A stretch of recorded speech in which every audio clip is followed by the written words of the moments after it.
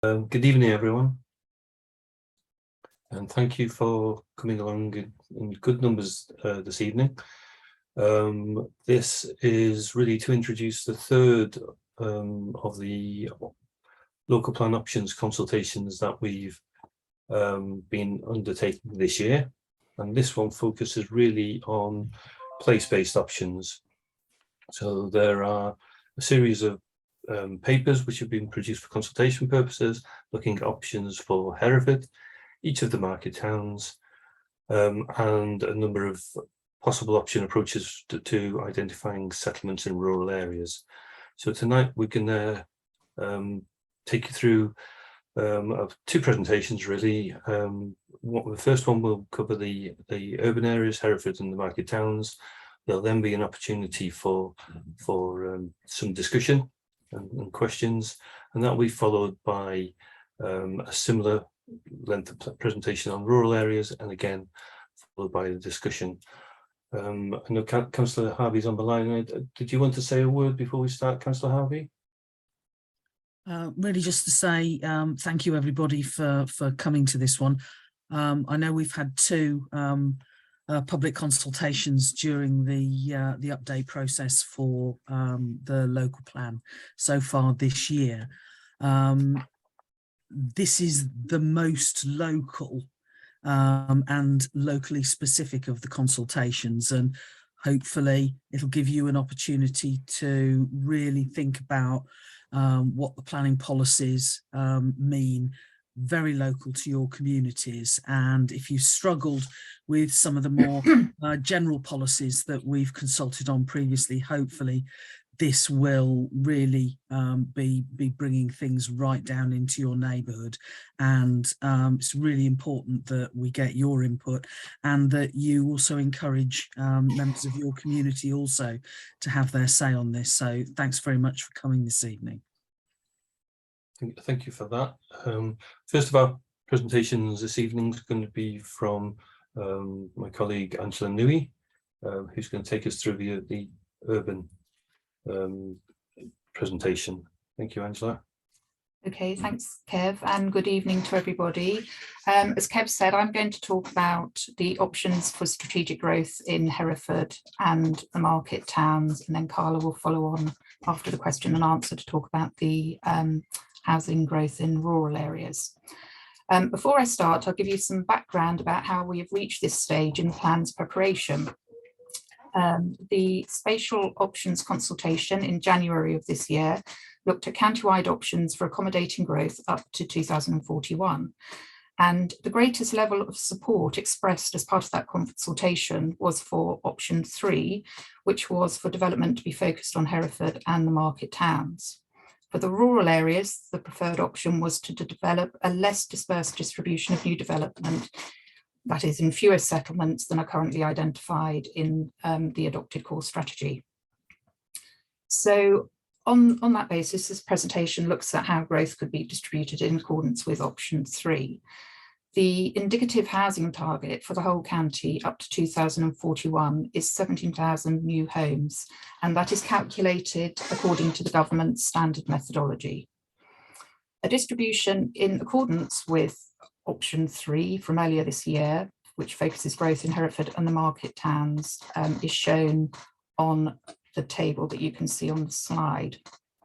However, it should be noted that this distribution is not set in stone at this stage, and other patterns of growth may still be considered before the final locational approach is determined. So we're going through the process of looking at all the constraints, and that's what part of the consultation is about looking for other opportunities as well. It's just important to highlight a few things, that those housing targets given there on the table are in addition to the dwellings which already have planning permission but haven't been built yet, and we refer to those as commitments. The targets assume that current restrictions on new development in the catchment of the River Love will be resolved in relation to the phosphate issue. But other specific constraints, such as flooding, for example, may also impact the ability of places to accommodate new development. So any shortfalls in one location may need to be distributed to other places that do have capacity. So looking at the city and market town options, I'm going to start with Hereford and then go through the market towns in alphabetical order. Each slide presents a map showing broad options for strategic growth. These are broadly defined and they're not specifically defined sites, because at this area we're seeking your opinions on general areas of growth. The maps you will see predominantly relate to housing and employment growth, but may also include other opportunities for mixed use development. So if we start off by looking at Hereford, the target for Hereford is 3,900 new homes. But in addition to this, there are 880 commitments. And over the past year, 290 new homes have been constructed. Looking at some general considerations for Hereford, parts of the city experience periodic flooding events. There are some development restrictions due to the high phosphate levels in the river Lug catchment. There's an area of archaeological importance in the city and a number of conservation areas. Hereford contains some brownfield land development potential outside the historic core of the city, but there are congestion issues centred on the A49 which bisects the city, and all these issues will need to be taken into account. A number of land parcels have been identified as having potential as strategic development locations, including areas within and adjacent to existing allocations identified in the core strategy. So the preferred approach is likely to require a combination of some of these areas. So if we sort of look around the map, starting with area 1, land to the north, this option would extend the housing development currently being constructed to the north of Hereford at Roman Road, and a large part of the site has already been built. Area 2, land to the northwest for mixed use. This would take forward the Three Elms expansion area identified in the core strategy. However, highway capacity issues are likely to result in a reduced level of housing being permissible in this area, and potential employment land should also be given consideration as part of this option. Area 3, land to the west. This area, lying to the south of Kingsacre Road, has good bus links and opportunities to walk and cycle into the city centre. However, there are constraints due to the high quality of agricultural land here, in contrast to other areas around the city, which are of poorer quality. There are also likely to be significant capacity issues on the local road network, which may limit the number of houses that can be built. Area 4, which is the city centre, this, as I said previously, offers some opportunities to develop on brownfield land. This could include continuing development of areas opened up by the Hereford Link Road, which could provide a range of uses, including leisure and commercial developments, improved public transport facilities, development associated with the university, and opportunities for urban living. Area 5 is land west of the city centre.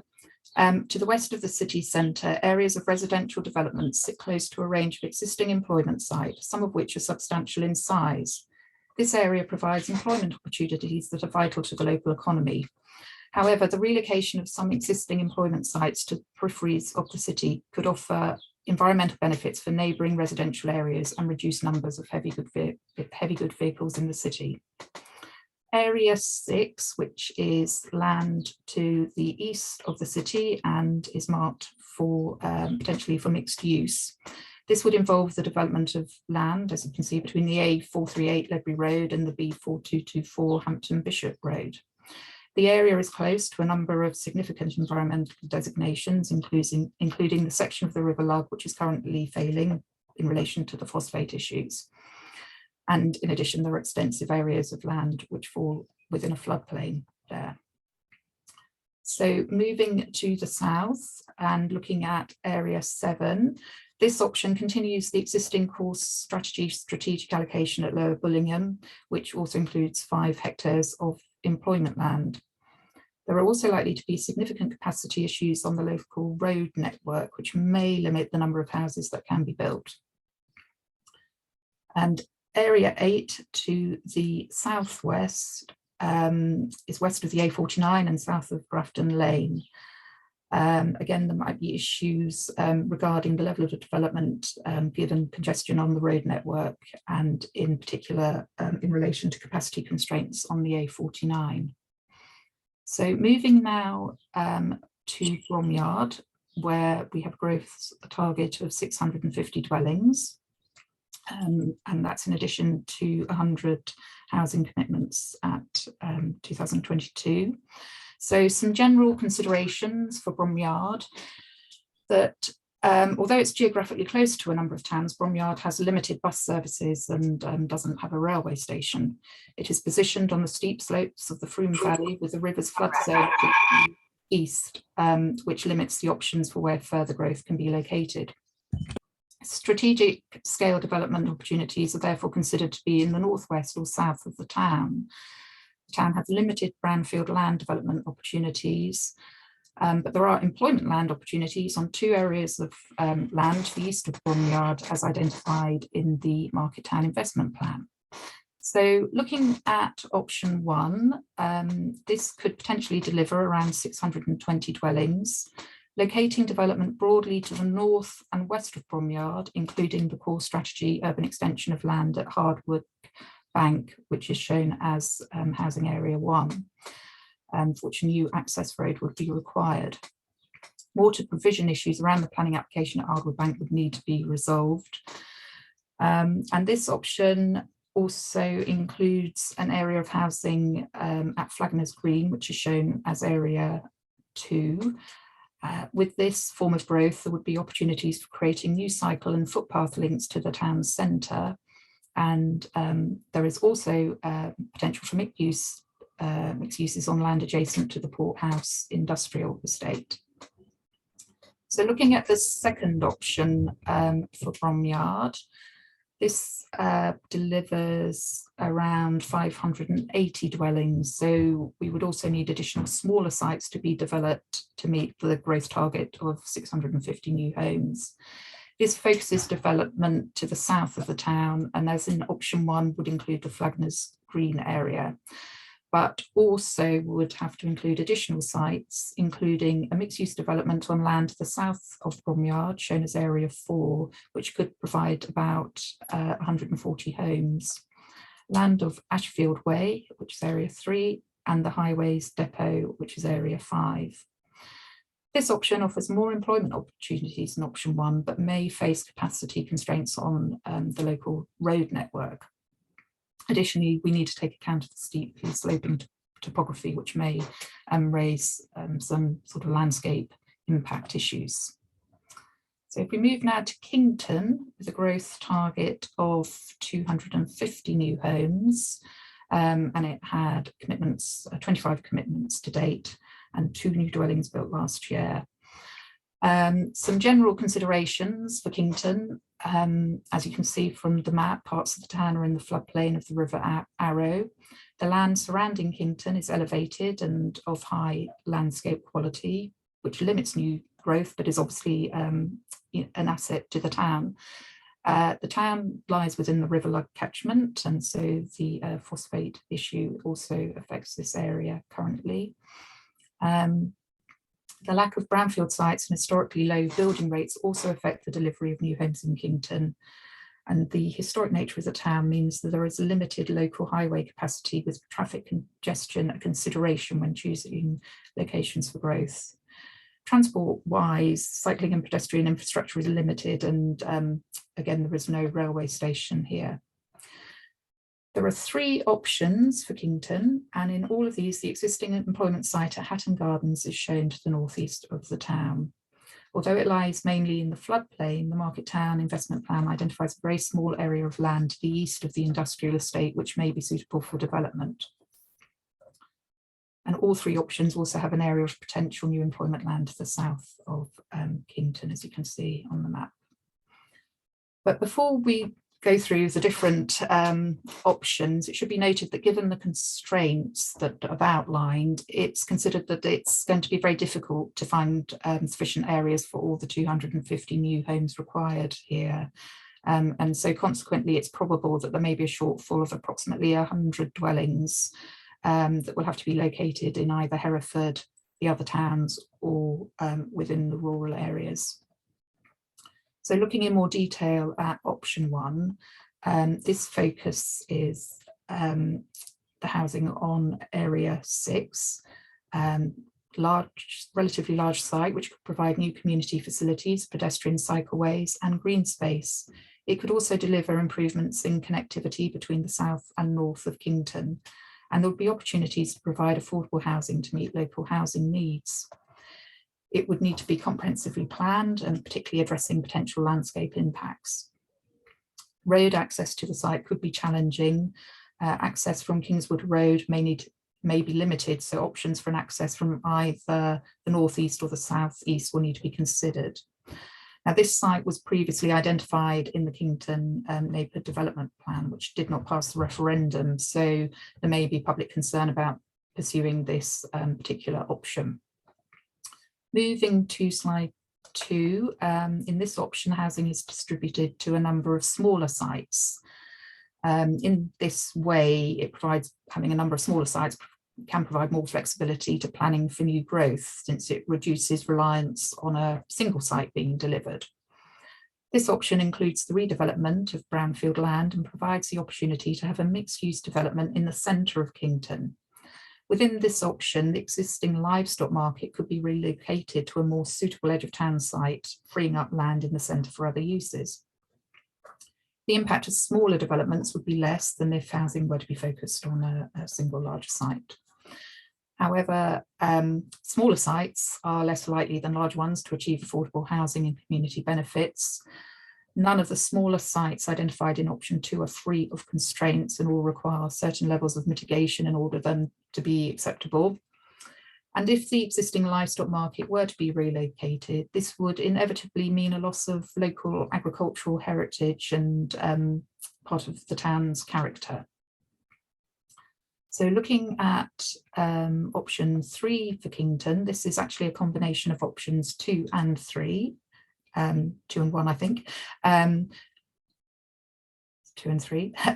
Some of the benefits with this option are the same as option 2. Again, there would be less reliance on a single site to meet housing need, so this would reduce pressure on one particular area coming forward. With development distributed around town, the impact of growth would not be focused on one area. Other benefits would be that the larger site could be developed at a lower density with more opportunities for green space and biodiversity. There would be opportunities for benefits such as affordable housing and community facilities and electric vehicle infrastructure, as well as opportunities to improve connectivity within the town. It's also of note that if all identified areas were to be developed to their full capacity, the Kington growth target could be met. However, there are significant constraints that need to be considered in achieving that. So moving now to Ledbury, where there is a growth target of 600 new homes. There were 75 homes built over the last year and about 970 dwellings that have planning permission but not yet built. So some general considerations for Ledbury. It's an attractive historic town with quality independent shops and close to the Malvern Hills area of outstanding natural beauty, or AONB for short.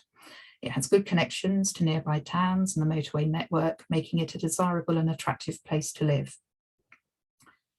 Areas on the western side of the town are liable to flooding from the River Leddon. But the river forms a strong boundary on the western edge of Ledbury, with land rising up to the Walls Hill Fort, which is a scheduled ancient monument further to the west. The Malvern Hills AONB designation covers the countryside to the east of the town, but does not cover the land that's being considered under these options. Ledbury has a railway station, but parking is limited there, and there is a general lack of brownfield sites within the town. However, there is sufficient land availability around the town to allow for comprehensive, well-planned developments, and Ledbury's location means that there are opportunities to make the most of the nearby AONB and the historic town centre in attracting visitors. So looking at option 1, this area is located adjacent to the A417, providing opportunities for good access to the local network. Sorry, this is land southeast of Ledbury. New development in this area would need to incorporate safe, accessible pedestrian and cycle routes into the town centre and make the most of opportunities to create access links to the adjacent new residential development. The area known as Parkway could provide an opportunity to consider a comprehensively planned sustainable urban extension in the longer term, i.e. beyond the plan period of 2041. So moving to option 2, where we're looking at land to the southwest of Ledbury. This area could be linked to an access via the housing development which is currently being built to the north. There would be potential to bring forward wider benefits of larger scale developments such as open space and local community facilities. In terms of constraints though, this parcel of land is somewhat distant from the town centre, so development here would need to ensure that new cycle and footpath links are incorporated. And Dimmock Road to the west there is rural in nature, and therefore issues regarding safe access and an increase in traffic will obviously need to be carefully considered. We go to the third option for Ledbury, which focuses on land to the southeast and southwest of Ledbury.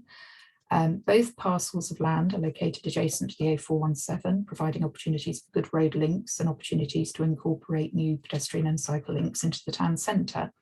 And there is also potential for these housing sites to connect with the adjacent new residential development. In common with options 1 and 2, it means that as this is a large area to be developed, there's potential to bring forward wider community benefits and affordable housing. And again, the Parkway area could provide an opportunity for comprehensively master plan sustainable development in the longer term beyond 2041. So looking now at Lempster, Lempster has a growth target of 1,700 houses. In addition to the 420 dwellings that are counted as commitments that have planning permission but not yet been built, and about 50 new homes were completed over the past year. So Lempster, an attractive historic market town, and it is currently has the High Street Heritage Action Zone project, which will help enhance the town centre further. The town has a railway station with connections to Hereford, South Wales and Manchester. Other issues that need to be considered are the extensive areas around the town that are at risk of flooding. And Lempster is also affected by the restrictions linked to pollution in the River Lug catchment. There is also an air quality management area at Bargates resulting from traffic congestion in the area. Now, this situation may improve with an increase in the use of electric vehicles in the longer term, but it is likely to remain a concern for some time to come, unfortunately. There are local landscape areas and key views that are identified in the neighbourhood development plan that need to be taken account of. Limited availability of brownfield sites for redevelopment in the town centre, and some of these are constrained by flooding or contamination due to their past uses. And Lempster has relatively low housing delivery rates. So looking at this option 1, this would carry forward the proposal for the urban extension, which is identified in the core strategy, which is for 1,500 new homes, and also an associated link road, which is aimed at helping to address the Bargates air quality issue. So this provides opportunities to deliver high quality master plan development to include services and infrastructure and good pedestrian and cycle links into town. As I said, the link road would help relieve traffic congestion and improve air quality. And in addition to this, there's potential to develop a number of brownfield sites closer to the town centre. And if you took all these together, then it appears that there is potential to achieve the 1,700 dwellings. However, there would need to be certainty that the urban extension and the road will come forward if it's allocated again in the local plan, and constraints associated with the brownfield sites will need further careful investigation. So looking at option 2, which doesn't include the urban extension, but includes 2 further smaller housing sites as shown on the map: housing area 1 to the south and housing area 2 to the north. Now, taking these all together, that's likely to result in a significant shortfall from the target of 1,700 dwellings, probably achieving about 500 new homes. And so again, similarly to Kington, if this option was pursued, then the shortfall would have to be accommodated elsewhere in the county. And obviously with this option, it wouldn't address the congestion issues, because a link road is very unlikely to be achievable with that scale of development. So moving to the final market town, Ross-on-Wye, has a growth target of 1,500 dwellings, which is in addition to the 680 commitments, and 110 homes were built over the past year. So general considerations for Ross are flooding from both the River Wye and the Rudhall Brook. The River Wye obviously designated as a special area of conservation and site of special scientific interest. The Wye Valley AONB covers a large part of the town and the countryside around it, but it does not cover the land to the east of Ross. There are a few brownfield sites within the built-up part of the town, and there is limited capacity on the local road network, and there is frequent traffic congestion in and around the town centre due to a road bottleneck. In terms of opportunities, Ross's location means that there are opportunities to make the most of the River Wye, the AONB and central conservation area in attracting visitors. The area to the east of Ross provides sufficient land availability to ensure comprehensive, attractive, mixed-use development that could be brought forward, which could create sustainable, cohesive communities through careful master planning of future strategic urban extensions. So looking at option 1 of 3 options, so option 1, land, shows housing area 1, which is to the north east of the town and adjacent to the new residential development, which is known as St Mary's. A strong eastern boundary would be needed here to form the new built-up edge of the town if that was to take place. Land to the east of the town, shown as mixed use area 2. This could include 10 to 15 hectares of employment land carried over from the core strategy, and possibly other community infrastructure which may be necessary, for example, education, healthcare, etc. This area could be simpler to deliver in some ways because much of it is council-owned land, and the proximity of new homes to an industrial area could be beneficial to the development of community and heat and power networks. So land to the south of Ross, which is shown as housing area 3, now this would be dependent on the relocation of the MOD's rifle range, which is currently located in part of that circle. Would also need to achieve a suitable vehicular access to the site. It is bounded by the town and country trail, which would provide good opportunities to incorporate greater use of cycling to and from new homes into the town centre and employment areas. It is likely that a combination of 2 or 3 main options may be required, either in part or whole, to achieve the target. There is also potential for a smaller area of housing growth to the southwest of the town, shown as housing area 5, and also for mixed use development at the area known as Tanyard Broadmeadows, which is shown as mixed use area 4.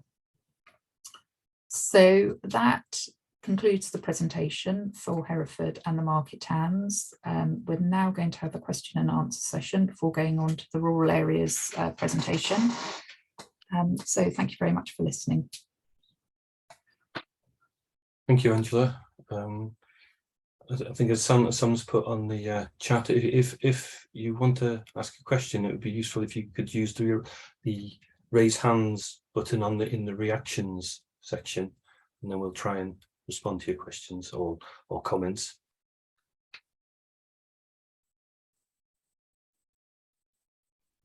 Mary? Evening, everybody.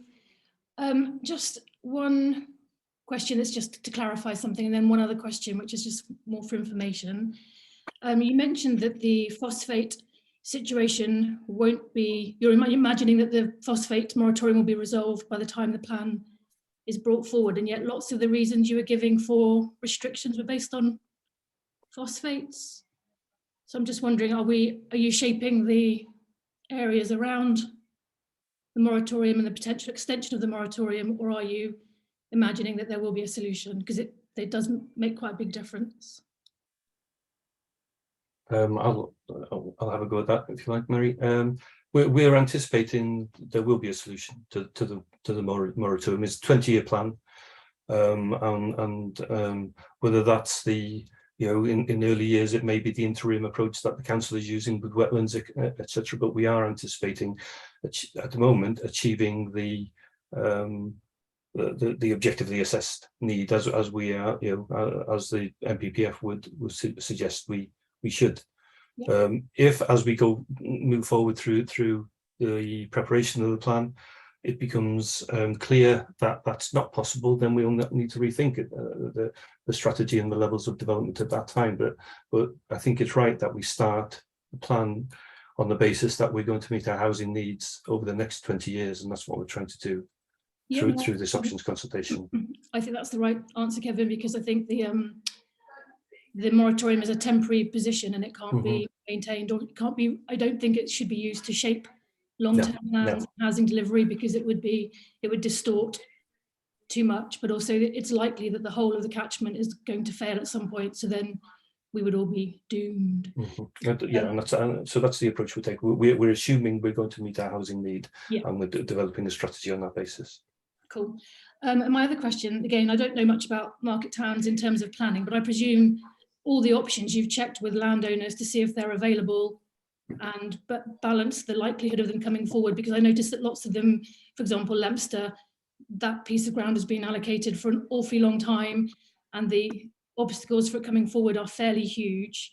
So it seems not perverse, but a bit odd to keep it pushing forward when it probably is unlikely to come forward as it stands.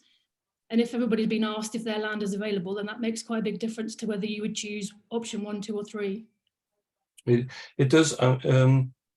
Again, the indication is that those landowners have indicated they want to bring that land forward. That, as Angela said, mentioned in her in the presentation, there is some doubt in our mind how serious they are about bringing that forward. I have to say, given that 5-6 years ago they stood or sat with us at the examination telling the inspector there they were definitely bringing that land forward, and they've not done it since. So I think they'll need to demonstrate to us that that's the case this time, in a robust way. And the other allocations you've got listed and circled, are those people have been asked, and those have been those have usually come through the SLAR processes and other call for sites that we've raised in the past. So there are some, I think 1 or 2 of the which we are probably identified as officer identified sites, but they're not. They tend not to be the largest of the sites identified and so on. So. Yeah, just an observation. Some of those areas that you've allocated for housing in the city and market towns, they're actually further away from facilities than you would expect a village to provide. So for me, as a kind of a rural person, I'm looking at that going, well, you definitely need to get in your car to go to the supermarket or whatever it might be. Whereas in a rural area, your test for sustainable locations is a lot tighter on terms of distance travelled or networks navigated. So that's just as an observation, but I'm sure that other people have got other questions. Gary White? Greg White. Oh, hi. Could you just rehearse again the imperative behind all of this additional? You mentioned government pressure, but could you just give some idea of timeframes, because you're not that far into your existing local plan, and here we are allocating a huge 17,000 plus new homes. What is, could you just rehearse that for me? Certainly, yeah, I'll take that one again. In terms of a government target, and it is possible that this will change through new legislation, but at the moment there's an indication that each local authority should aim to meet what's called its objectively assessed needs in terms of housing targets. To do that, there's a standard calculation which is set by the government, and it's called the standard method, and that gives you effectively a fairly simple calculation how you work out what your housing requirement is for a period of time going forward. In terms of the plan period itself, we're now 11 years into the existing local plan, a 20-year plan covering the period 2011 to 2031, and we're now looking 2021 to 2041. But there's a requirement to update the plan, theoretically every 5 years. So you should roll the plan forward every 5 years to give you that headroom over the process. Now we know that plans take a long time to prepare. The previous plan took 7 or 8 years. We're trying to do this one quicker, which would enable those rollovers to happen more frequently. But effectively, we've got two things. We've got a requirement to meet a objectively assessed need by using a formula which is set out in national planning policy, and secondly, there's a requirement to roll the plan forward every 5 years. As I say, there's been hints from the government that they may relax that housing target as we move forward, but that's not clear how they will do that. So at the moment we're still complying with the existing national planning policy framework, but I think there will be ongoing pressure to almost continually roll forward plans every 5 years or so. This will be a much more regular process going forward. I hope that has answered the question. Yes, but I mean, it's got to stop somewhere. That you've demonstrated that in the market towns, you're having difficulty achieving the numbers. That will only get worse, and the land supply will proportionately diminish according to the pressure to produce more houses. Something's got to give. I just don't see that this is sustainable for more than the next 10, 20 years. It's the system that we have. I mean, you're right. There's no easy sites. There's no easy sites to develop, and that's certainly true.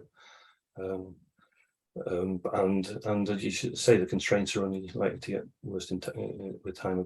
But it's what without a plan, then you're in a far worse position, because obviously you're much more susceptible to just speculative development.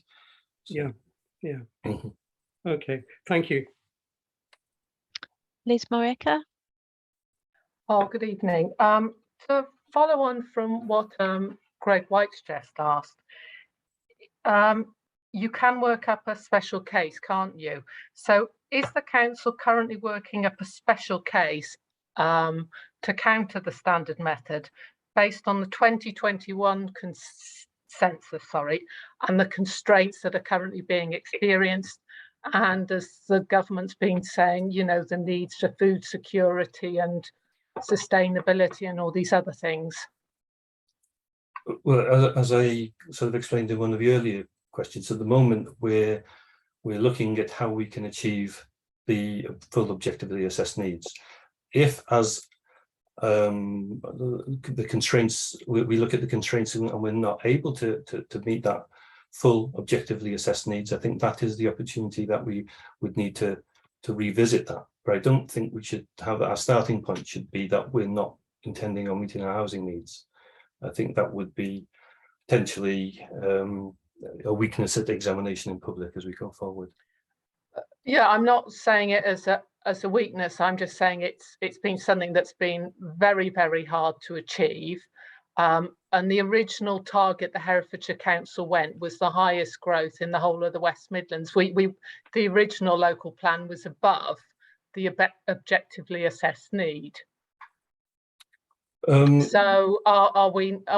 So is your new standard method based on the actual assessed need, or is it still going for a higher level of growth as the current core strategy does?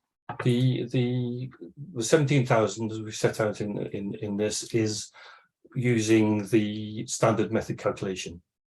It's not going above that at all. So it's lower than the original local plan required. Well, it's different because that covered a different period. It used a different approach to calculating that housing need. So, you know, the latest NPPF and NPPG, that can planning policy, national guidance and national policy set out a calculation that was not around when the current local plan or current core strategy was produced. This plan uses that calculation, purely that calculation, to work out that difference. I'm finding it a bit hard on the documents. Can you send me the link to where the calculations are, Kevin, afterwards? That'd be really helpful. Yeah, we can. Yes, we can do that. To follow on from that, are there going to be any constraints on tenure? Because I know there have been difficulties that we keep looking at objectively assessed needs, but like Kington had, I see from the report, had real problems because, you know, the growth in second homes, holiday homes, Airbnb. So are we looking to provide homes, or are we looking to provide housing units, sometimes for investment returns and that sort of a thing, rather than housing, you know, providing homes for people who have no accommodation? Well, we'll be looking at a sort of more detailed policy, series of detailed policy, looking at housing mix, size, and so on. We can't, you know, there are limits, I suppose, in terms of things like ownership and so on that we can't necessarily control, but we'll certainly be looking at how we can best meet the housing needs of the county overall. Okay. Thanks. I'll hand over. Tony Geeson. Hi. Just on the Hereford options, were housing area 3 to go ahead? Some of it is actually in Brainton, and as sure as eggs is eggs, the parish council will expect those houses to be counted towards its targets, not towards Hereford's. So just bear that in mind when you start adding up the numbers for Hereford, please. Thank you. Kenneth.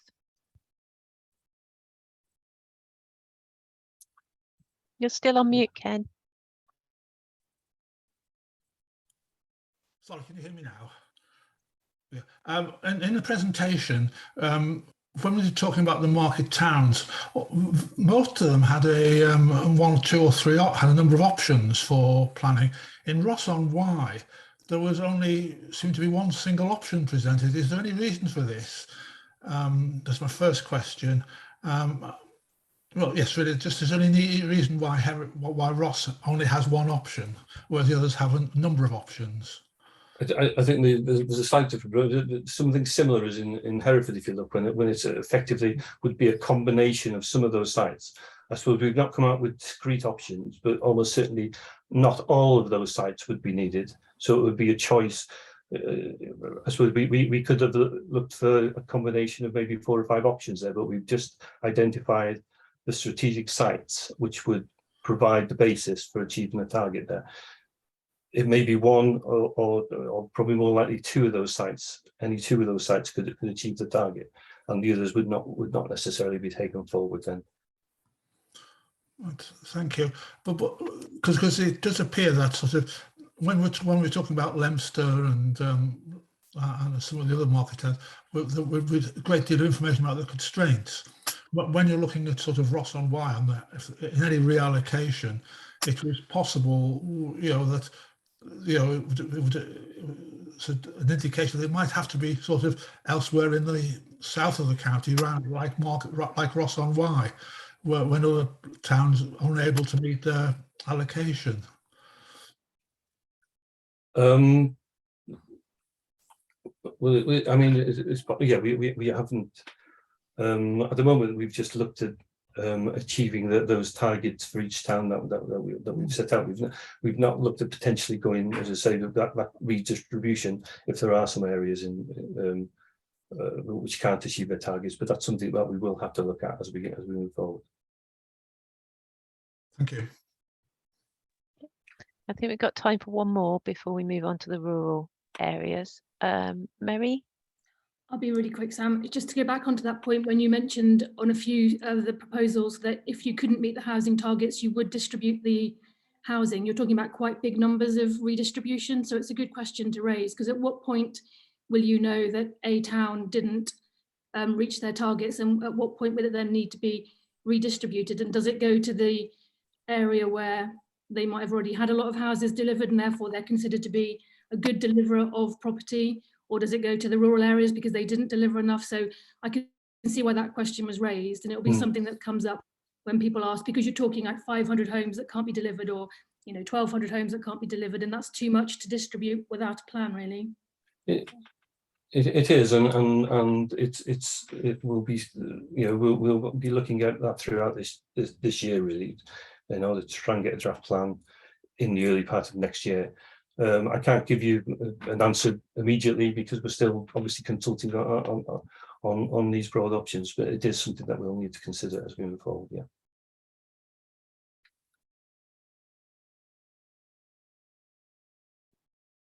Okay. Should we move on to rural areas? We've got Carla Johnson, who's going to take us through this part of the presentation. Good evening, everyone. Okay, so the next section we'll go on to discuss the options for Herefordshire's rural areas. I will go through and discuss all of the options considered, along with the possible pros and cons of each option. The place shaping options for the rural areas is broken up into 3 layers. Option layer 1 is the settlement hierarchy options. This will set out options for where housing will go. Option layer 2 are rural options that respond to local circumstances and how places with special circumstances, such as conservation areas and A&Bs, can be taken into consideration. Option layer 3 is the proportionate growth options. Now, this will define the amount of housing we need to deliver. So if you go on to our next slide. There we go. Yeah, that one. How is this going to be determined? So how do we determine where rural housing will be distributed? The team have been gathering information and evidence about the settlements across the county. A total of 318 settlements throughout rural Herefordshire have been assessed to ensure good coverage. We have also looked at major focus areas and gathered information to help build a picture about each place. These focus areas are considered to be important factors in the sustainability of a settlement. These are environmental designations. So this will take into consideration the major designations we have in the county and those affecting certain villages, such as A&Bs, conservation areas, and risks of flooding. Also, services and facilities. These have been taken into account of what services exist in each place. We have looked at key and non-key services in these settlements. For example, medical facilities, schools, convenience shops are an example of key service. Non-key services usually provide non-essential services and consist of other facilities and businesses. The data has been gathered by officers and confirmed by parish councils in several consultations over the past 2 years. So in February 2020 and February 2021, as well as a factual check with parish councils in April 2022. So there was around 60% of parish councils responded in that consultation. Again, if there are any errors in the evidence base raised from consultation, we can review this after the consultation. Please note that the data taken is a snapshot in time, and we are aware that this can change in the meantime. We've also got large employment sites that we've looked at, and these have been identified in the 2010 Employment Land Study. These are far and wide across the county. Their proximity to nearby settlements could help identify places that offer a place of work and business to that area. Also, we've taken into account if they are easily accessible by walking and cycling. Public transport provision has been considered, so we've looked at the proximity and access to train stations. Also looked at bus frequency and its levels on a commuter basis. This adds value to a settlement in terms of its accessibility and connectivity to other settlements from its market towns and cities. Also, we've looked at existing road and water infrastructure. Road networks and settlements that have A and B routes. These routes ensure places have better connectivity than smaller country roads. Water infrastructure has been considered, so settlements that are covered by mains drainage have been also accounted for. So all of these areas above provide us with a sustainable, balanced approach that allows us to see villages across the board and how they compare, taking all of this information into account. So option 1, taking into account the findings from the previous slide, we then need to refine how the rural housing distribution can be made. The 318 settlements have been scored and ranked from each data set. The full results of this were assessed and scored and can be found in a rural background paper. This can be found on the local plan webpage. First of all, we have option 1A. This is a county-wide distribution approach. And the second option is option 1B, which is an equal distribution of housing in each housing market area. So to go on to explain option 1A, this option has selected the highest scoring settlements across the county from our assessment work. These are listed on the table shown. Please note that these lists are indicative. These settlements have the largest range of services and facilities, greatest access to employment, public transport, access to main roads and mains drainage. The list in this slide highlights the top 50 settlements, therefore rural growth will be directed primarily to these settlements. Outside of these settlements would be classified as open countryside, where housing growth would be limited. So if we go on to our next slide, this looks at the pros and cons of this option. So some of the pros of this is focusing housing in the most sustainable places. This reduces the need to travel as growth is focused to areas with existing services and facilities and is in a better overall position for new growth. Also, it will help to support rural services and facilities in these locations and enable more affordable housing in the identified settlements. Some of the cons of this will be that some areas will have limited growth and not have a fair spread throughout the county. Also, some of the areas have no settlements listed, such as in the south, southwest and northeast of the county. The lack of growth in areas outside these may impact the viability of their services and thereby leading to decline. There is also likely to impact opportunities for affordable housing provision outside these identified settlements. So option 1B, this is housing to be distributed through the most sustainable settlements in each housing market area. So these will be the top ranking settlements in each housing market area. There is a need for flexibility as there are areas of the county where we need to be responsive to the local setting. There will be pockets of areas such as the Golden Valley and very rural peripheral areas of the county where there is limited scope to direct too much growth. On the other hand, there are places where there are more opportunities for growth, such as Ross and Wye housing market area. This has the largest group of the highest scoring settlements, having a wider spread, therefore more places have been identified in this list. Option 1B seeks to select the most sustainable settlements within the 7 housing market areas and allows growth to be targeted to do settlements across the rural area, which supports the rural hinterland. It is responsive to different characteristics and local distinctiveness of the county, providing a more even distribution. The rural growth will be directed primarily in the settlements. Again, any areas outside these settlements will be classified as open countryside, where only limited housing will be permitted. So the pros of these options: it is responsive to the different characteristics of the rural areas across the county, having a more fair and even distribution. This will support growth in settlements that provide vital services to the more remote areas of the county. Also, it can enable more affordable housing in the identified settlements. Some of the cons: it may not reduce the need to travel by car in some areas. It includes some settlements with a smaller range of services and facilities. And some of the large settlements, particularly in the Hereford housing market area, is not identified for growth. So once we select the option approach of how we would like housing to be distributed, we can then decide on the next layer of options that is responsive to local circumstances. So if we go on to option 2, as you recall, the outcome of the spatial options consultation, the most preferred option was reduced growth in AONBs and conservation areas. This works well with the ambitions of national policy, whereby development should be restricted in these areas and therefore afforded a high level of protection. Therefore, the 2 options are suggested.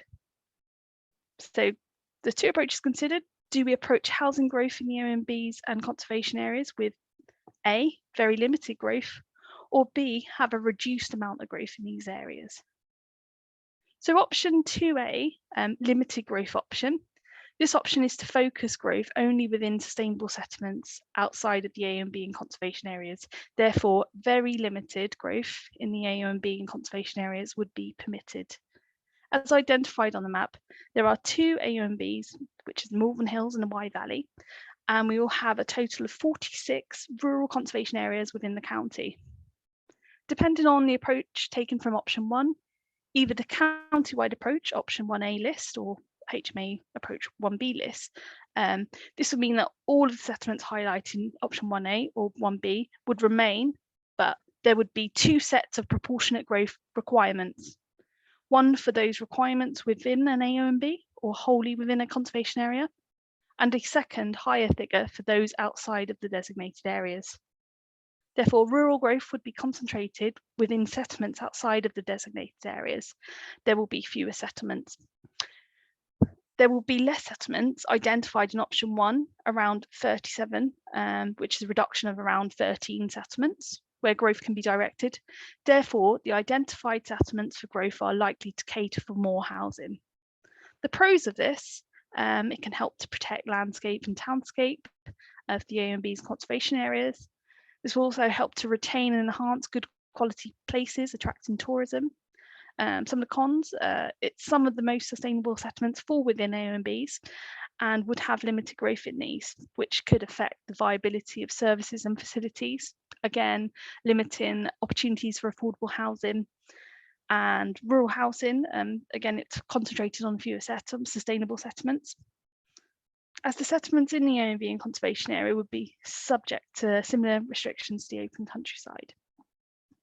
So if we go on to option 2B, which is a reduced growth approach, this will have the same areas identified in option 2A, but will have some growth rather than limited growth within these settlements. So this can be beneficial to support existing services and facilities. Many of these settlements identified are amongst the most sustainable within the county, and to restrict development may have a detrimental effect on the viability or ability to provide homes for local needs within the area. Therefore, this option seeks to introduce a lower proportionate growth target in those settlements within an AONB or where the conservation area covers a substantial amount of the built form. Some of the pros of this, that is, it's responsive to the environmental character, whilst allowing for small scale development. This helps to retain viability of its services and facilities. Also, reduced amount of development in these areas as previously seen in the last plan period. It helps to protect landscape and townscape of AONBs and conservation areas. And some of the cons of this: lower growth, again, it could impact the ability to provide affordable housing and community benefits within these protected areas. Development close to conservation areas, again, could impact historic character. So once we select the option approach of how taking into consideration conservation areas and areas of outstanding natural beauty, we can start to look at how we approach the next layer of affordable self-build and custom build housing in the rural areas, and looking at the options and if we need this in addition and how we take this into account. So option 3. This option will support growth in sustainable settlements with a second tier of settlements allowing for affordable housing. So option 3 could be a hybrid of option 1 or 2, also to allow more affordable housing in response to feedback. It is proposed to reduce the number of settlements highlighted within the local plan, those within the core strategy. This is to encourage sustainable development, reduce the need of travel by private car, and increase the viability of those potential developments to provide a wider range of community benefits. As a result, this means that more areas are classified as open countryside in planning terms, where only limited housing growth for specific reasons can take place. This option is seeking to support growth with a second tier of sustainable settlements to allow for affordable housing, local need, self-build and community-led housing only. This will enable some local needs to be met in areas outside of the main settlements highlighted for growth. These settlements would be selected from the Rural Settlement Hierarchy background paper as the next tier of sustainable settlements. They will have slightly fewer services and facilities than the named settlements. Their selection would be based on which of the options outlined above. Settlements outside of the 2 tiers would be classified as open countryside. So if we go on to 3B, thank you. So an additional alternative to this approach is to provide a policy framework which would support parish councils and communities on their own. So neighbourhood development plans can make the case to allocate sites for affordable housing and self-build, custom build and community-led housing schemes. This could mean that settlements not indicated within the local plan list for growth could make a reasoned argument within their NDPs where there is a specific need or requirement. This approach would support communities to provide local needs housing within their area within a local development plan-led approach. It is worth noting that there is not a specific list as it is determined by a neighbourhood plan. Some of the pros of this seeks to address local needs within the rural area. It provides opportunities for affordable housing in areas where market housing will be limited. Limited development would help assist protecting the character of these settlements. Some of the cons, it encourages growth in less sustainable areas. It potentially does not reduce the need to travel by private car. Also not sufficient growth in these areas to sustain rural services and facilities. Also, you would need a robust definition of what is the local needs and self-build and community housing in your NDP. So the next layer of options will go through potential theories of how the amount of housing will be distributed. So the amount of rural housing to be distributed, the indicative number at the minute is 2,500 in the rural areas. So looking into how housing can be distributed, we need to set out how much growth in the various settlements could be expected to accommodate. This also requires an option approach. We have established a list of settlements in previous options to know how growth can be accommodated. There are 2 options that could be taken here. So if you look on the pie charts, there's rural area proportionate growth option 1. This is similar to the current core strategy, whereby the settlement grows in a way which is proportionate to its size. However, this time, the settlements identified here would not be part of an extensive list of villages of settlements. This will be a much shorter list. This aims to identify settlements that are generally larger, well-serviced villages with fewer constraints, and growth will be proportional. Rural area enhanced growth option 2. This option would be looking at a set amount of development allocated to a set amount of settlements. It is anticipated that there would be a reasonable level of service there already to facilitate day-to-day living. The aim here is to enable developments that have more than just housing to offer. There will be wider benefits achieved through Section 106 plan agreements, such as a better range of housing to meet wider needs, including the ageing population. But again, this will require further detail. Also, it can offer improvements to new parks and green infrastructure, enhancing biodiversity. Also, better connectivity to existing areas, such as improvements to footpath and access. It builds on existing transport links, and provision of sustainable travel is more likely to be achieved. So we have run through the options for rural housing. So we now go on to the next section. So it's important to mention that it's not just housing we are thinking about in the rural areas. Employment, transport and connectivity are key to consider too. So if we look at employment, employment development accommodating these areas are important. We have a certain number of employment sites in settlements, such as Moulton-on-Lug and Withington, airfields such as Shobden and Madley, and it's important to consider good connection to these locations from rural settlements, and access to these need to be facilitated. Things to consider when we have our questions outside of are there any other existing employment sites? Should new larger scale employment provision be directed towards those settlements named within the options above? Or are there instances where large scale employment will be situated within the open countryside? And if we look at transport and connectivity, the council has ambitions to create more sustainable routes to places across the countryside. These will be a long distance cycle routes, which are currently being considered in places such as Bromiyard to Leicester, Leominster, Hereford to Hay-on-Wye. Although there are numerous leisurely footpaths across the countryside, there are intentions for more purposeful walkways and footpaths that will connect settlements that are currently being considered. And things that we can also consider: are there any known long distance routes that could be safeguarded within the local plan that you know about? If so, please send your thoughts in the consultation. So thank you for listening to the Rural Placemaking Options presentation. We'll now open the floor to questions.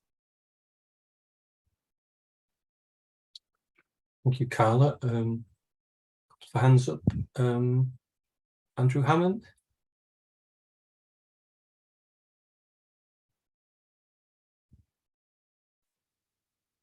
Hey, Andrew, you're on mute, I'm afraid, at the moment. Done it. Sorry, I'll give you a problem unmuting then. I'm sorry, but I've got 2 points. One, just an issue that needs clarification, and that's: what do you mean by settlement? Do you mean the main settlement in a parish or the whole parish? Given the distribution in villages such as Ashburton, it's the same as the Hereford as a whole. You've got half the population of Ashburton parish is within the settlement boundary, and the other half is dispersed. So do you say we've got 102 dwellings, or do you say we've got 60 dwellings? That's a point for consideration, not expecting an answer now. But the other point is, in option 1B, you refer to the most sustainable settlements, and you include Ashburton. Now, under no stretch of the imagination could any planner consider Ashburton as being a sustainable location, especially if you take off the 15 points which you've allocated for being on mains drainage. Well, Ashburton's never had and never will have mains drainage. So that's an error in the base data. But how can you describe a village with a little used village hall, a primary school, and 1 bus a week as sustainable? That's the end of my little rant. Well, the team have gone through 313, I think it is, settlements, and ranked and scored them. And in that option, some of those settlements have fewer facilities than maybe there are in other settlements in other HMAs, because the difference between option 1, where you pick the most sustainable settlements throughout the whole county, what we've looked at in option 1B is there will be some parts of the county when you pick those top settlements throughout the whole county which have hardly any settlements at all.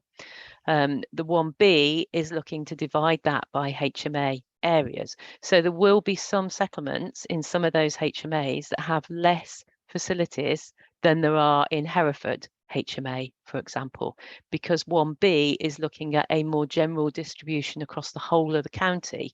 So it's trying to be responsive to the type of HMA it is. So if we look at the Golden Valley, for example, you've got Michael Church Escley in there that is providing a set of services for a very rural hinterland. But if you compared Michael Church Escley, for example, to Marden in Hereford, they've got completely different range of services. So 1B is just trying to be responsive to the rural area that it sits in, whereas 1A is looking at the most sustainable settlements across the county. So that's why places like Ashburton, for example, feature in 1B, but they don't feature in 1A. I can see where you're coming from, but how can you? Ashburton has no practical services except the primary school where children are bussed in. I mean, how can that be included in a list of the most sustainable settlements? There's one bus a week that you can't get anywhere without using the private car. There's no safe cycling. There's no public footpaths. I'm afraid I cannot see how you can class it as being a sustainable location at all. I mean, it's in reality, it's got a score of 50, which is less than several other Ledbury housing market area settlements, such as Buckley, which has 60, Trumpet 55, Storage 56. It's just ridiculous. It is just ridiculous and perverse to say that Ashburton is a sustainable location, even though it might be one of the least unsustainable locations in the Ledbury area. That doesn't make it sustainable just because it's the least unsustainable. And this must apply to settlements in the other areas. Well, we obviously welcome Parish Council's comments. As Carla explained, those lists are indicative at the moment to demonstrate those two different options and how they might be distributed. So we're here consulting at this very early stage so that we can get these comments from parish councils, unlike previous settlement hierarchies where we didn't consult at this very early stage. So this is your opportunity as a parish council to outline some of the reasons why you feel that Ashburton or some of the parish councils aren't sustainable. Well, we certainly will, but how on earth did you get it wrong saying that Ashburton has mains drainage when it's been a planning issue in every planning application over the last 20 years? To my knowledge. So yeah, you can raise this. Thank you for raising that. You can raise that in your response to this. We have received so the evidence base that was received from Welsh Water. They've given us background evidence from that, and that's where we got our information from. If there are any errors in that, please send through your comments. They are welcomed. And been drawn to the attention of Welsh Water that we haven't got mains drainage, or what they think we have, on many occasions, and every so often they consult to see if how many people would pay towards putting mains drainage in, so they know we haven't. And do you not check the base data before? It's just I'm astounded, absolutely astounded.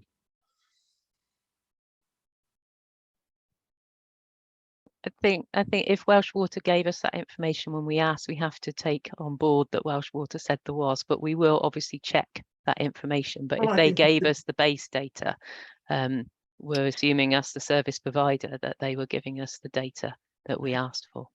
Well, I think it was beholden on you to check your base data anyway. I'm sorry, but I just, well.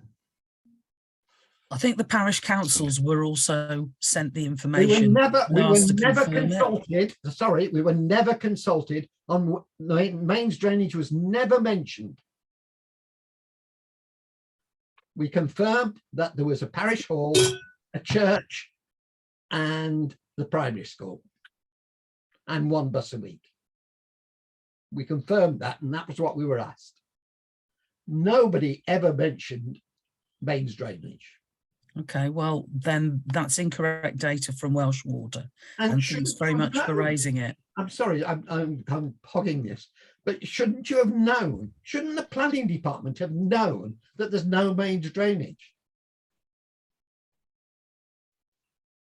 Well, I think this is information that we're doing a lot of work on. So if officers have missed that detail out, thank you for raising it now. But the information that we get from utilities, officers tend to assume that the utilities actually are giving us accurate information about their own networks.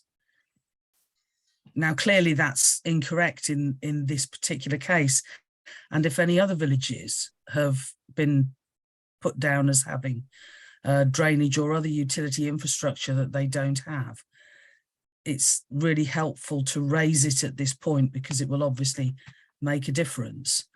But I think it's not unreasonable for officers to assume that the information provided by Welsh Water is accurate for their network. And if it isn't, I'd like to apologise to you personally and to the Ashburton Parish Council for this information being wrong. Right. Well, of course, it does push Ashburton down six levels behind 5 or 6 other settlements. Then that will make a significant difference to your position in terms of whether or not you're considered a sustainable settlement. And it's better that we know it now. I mean, even if it had 65 points, that's not a sustainable settlement. It's not. Okay. So anyway, I'll mute now. Yeah, there's a number of other people got their hand up, so if we could maybe just Sylvia. Yes, thank you very much. Can you hear me? Yeah. I've got three points I'd like to make. First of all, I'd also just very quickly like to make the point that about Langgrove, which is a village in our parish, which is down on your list of sustainable villages. And again, that's a village it does have a primary school, but it has a once a week bus, it has no shop, etc., etc. And we made it very clear on the consultation, the paperwork we sent in, that we didn't think it was a sustainable settlement. And actually, in a recent National Planning Inspectorate judgment, it was the planning inspector said he didn't believe Langgrove was a particularly sustainable place either. And actually, your own transport officer on a recent application also said that there was a worrying amount of traffic for the very poor road network going through the village. So I would just like to ask if the team could be welcoming comments from parish councils correcting the situation as far as some of these settlements is concerned. And I certainly will be sending something else in. So that's my first point. Obviously, I don't know if you want to come back on that, and I'll quickly do the other two because I don't take much time. Yeah, I mean, part of this consultation and why we've also put the rural settlement hierarchy background paper out, it's not technically on consultation, but we have specifically asked for any comments. So there will be some issues with those 313 Yeah, of settlements, course. and we want to know what they are. That's why we're consulting you now. As I said before, it wasn't a level of consultation we did during the last call strategy, but Parish has raised it with us that they wanted to be more involved right at the start, which is why we're consulting you on those things now. That's great. And so we'll put in some, you know, just some comments if that's okay. The second point is that this is now gone from the 20, you know, through to 2041. What happens to an area like our parish, which for the 2031 figures is already 100% over allocation for 2031 for the amount of housing allocations so far. It's quite worrying that having, you know, offered and given twice as many plots as was required, we will now be required to give even more, where other parishes have not met their quotas. So I am hoping that the team will take into account the number of allocations which have already been made relative to the previous targets in different parishes also, because it's not a level playing field. Some areas, it's not just ours, I can think of quite a number of other parishes are in the same position. So that's my second point. I don't know if you want to just come back on that, and then I'll just finish quickly with my last point. Yeah, so commitments are included. I know Carla talked about the 2,500 for rural areas, but there is also a commitment figure there that is also going to be taken into account. What we haven't got yet is obviously which of those options that we're actually going to formulate the final plan. So although some of you may be in these indicative lists at the moment, you may not be in the final plan when we've gone through all the consultation responses and then re-looked at those allocations. And again, we don't quite know yet how option 4 will pan out. So how, once we've got the list, how much growth will go to each of them. And there's so many ifs and ands in all of those, as Carla explained. If you've got a conservation area, if you've got an AONB, we haven't also looked at the capacity in any of those villages that are listed yet. So it may be that the housing and employment land availability study shows that there isn't any capacity in some of those areas. So there's still lots of work to do on the rural areas. This is just the very first set of options to give a theory about how the settlements are going to be chosen. Great. So again, we'll just give our comments there. And lastly, just a quick observation. When looking at option 2 in the ANOBs, I did notice that the way that that question was phrased in the online consultation may possibly have skewed your answers, because the question was phrased actually in such a way saying, you know, do you want to protect ANOBs? Well, frankly, you know, if you're asked a question like that, nearly everyone would say, yes, we want to protect ANOBs. What wasn't made clear in the consultation question was that if you say, yes, let's protect ANOBs, and there's no growth in ANOBs, other villages outside ANOBs will therefore take a bigger chunk of housing. And I don't think very many people answering that question understood what they were actually supporting, because I must admit, when I first looked at it, I very nearly ticked, oh yes, protect the ANOBs, because we all love ANOBs. So I just don't think that was a well phrased question, and I think your evidence, you know, to base you know, the fact that people want to protect ANOBs, I think that's very much a given. They have protection anyway, and I don't think the people replying understood the implication of what they were supporting there. So they are only options. There are 2 options presented in the question. It says, is there any other option? So you're at liberty to say all of the issues that you've raised within that consultation. Okay, thank you very much. Thank you, Sylvia.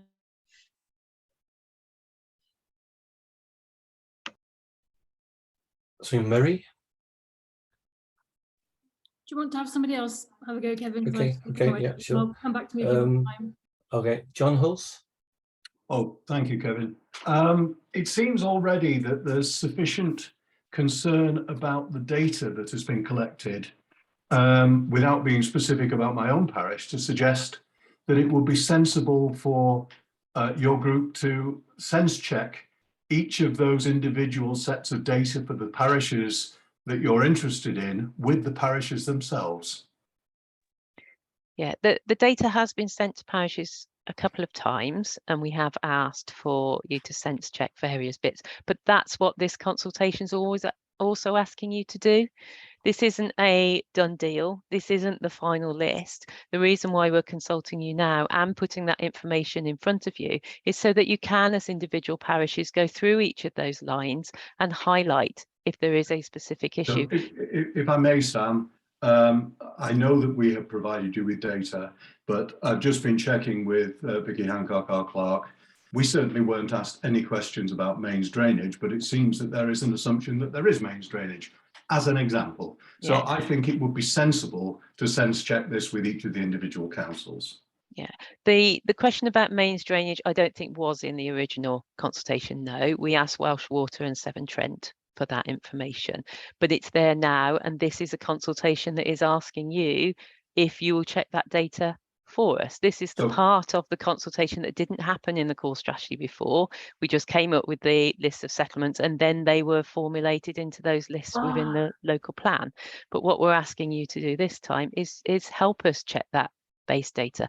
We can't know every single parish and every single settlement and every single bus stop and every single pub that is in every single village in the whole of the county, but you know your individual parishes. Absolutely. So that's why I'm suggesting that anything that you have, if you tell us what you think is the case for our individual parishes, we'll sense check it for you.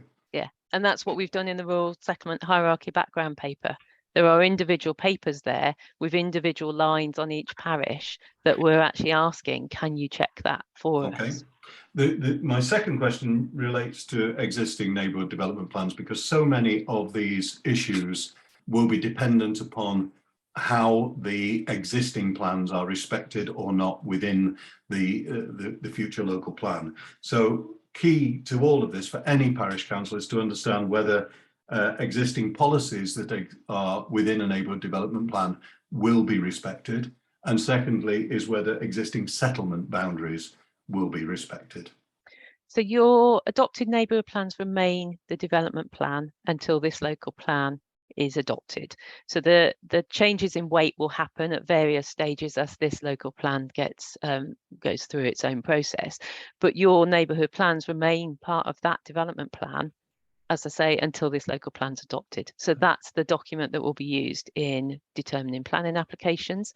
When we get to the stage of looking at which settlements are definitely within those lists, the consultation responses that we had to the policy options is looking at neighbourhood plans to still provide those settlement boundaries and those site allocations. So if you recall, we asked a question during the policy options consultation about what the role of neighbourhood plans in the future would be.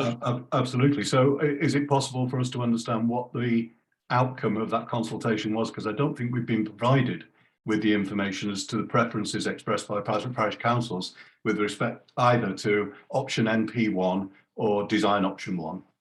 Yeah, we're collating that detail now. Susie Gilson's doing that at the moment so that we will be able to publish that for you. The whole of the consultation, because this is a sort of a split Reg 18, as it's called, consultation. So you had just your policy, strategic options, then your policy options, and now the place shaping options. They all interconnect in a way. So we did need to see what the responses to all parts of that were, but we are in the process of collating that so it can be published. Thank you. Greg White. Yeah, hi again. Could you point me at how we get copies of this presentation that you've given? I think you mentioned it's on the Herefordshire Council website, but I've looked and I can't there's a whole host of stuff on there, but I can't find this one specifically. What document are you looking for, Greg? The rural This- settlement hierarchy background paper. The Well, presentation, I think, the no, presentation we've just given. Yeah. Yeah, the presentations you've just given. These, I don't think these are on the website at the moment. That's why I couldn't find it. And also, could you then point me at how to get to the detail of the parish information that you were talking about earlier? Yeah, we'll get. Oh, I think Carla's already done it. I was about to say, Sent you a Carla, link. Carla's just put the link in the chat, Okay, which will great. take you directly to that. Terrific. Thank you very much. And we're recording this meeting, and we will send the slides and the recording to all parish clerks, hopefully tomorrow. Great. Thank you. Bridget Vine. Yes, good evening. I live in Walford Parish, just west of Ross. I'd like to echo a couple of comments that have been made already, particularly, I'm afraid, about mains drainage.